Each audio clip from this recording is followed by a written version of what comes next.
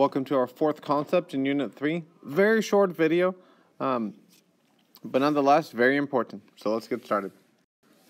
In most chemical reactions, atoms tend to either lose or gain electrons, so that they have the same electrons as noble gases.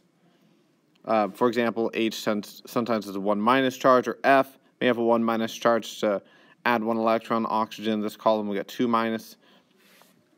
Thing is, though, they're only really changing and giving up their valence electrons. They're giving up the electrons in their outermost orbital, their outermost shell. But we can count the number of valence electrons by literally counting the number of s electrons and p electrons in their highest level. So let's practice that real quick. For example, let's look at oxygen. Oxygen's electron configuration is 1s2, 2s2, 2p4. Our highest energy level is this 2.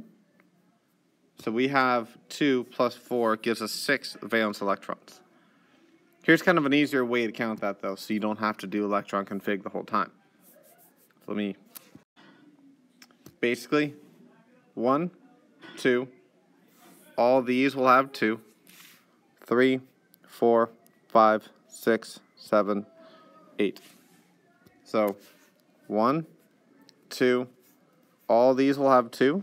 So will all F block actually as well. 3, 4, 5, 6, 7, 8 valence electrons. Hopefully that helps. So in forming ions, atoms will commonly lose or gain electrons from their outermost level. So not just ones from in the middle. For example, iron, when it loses 3 electrons, they actually will come 2 of them from its 4s, because that's actually the highest it has, and then 1 from its 3d. So notice there's 3d, ends up having 1 in each orbital. It's actually quite balanced that way. Sodium will lose 1 from its highest.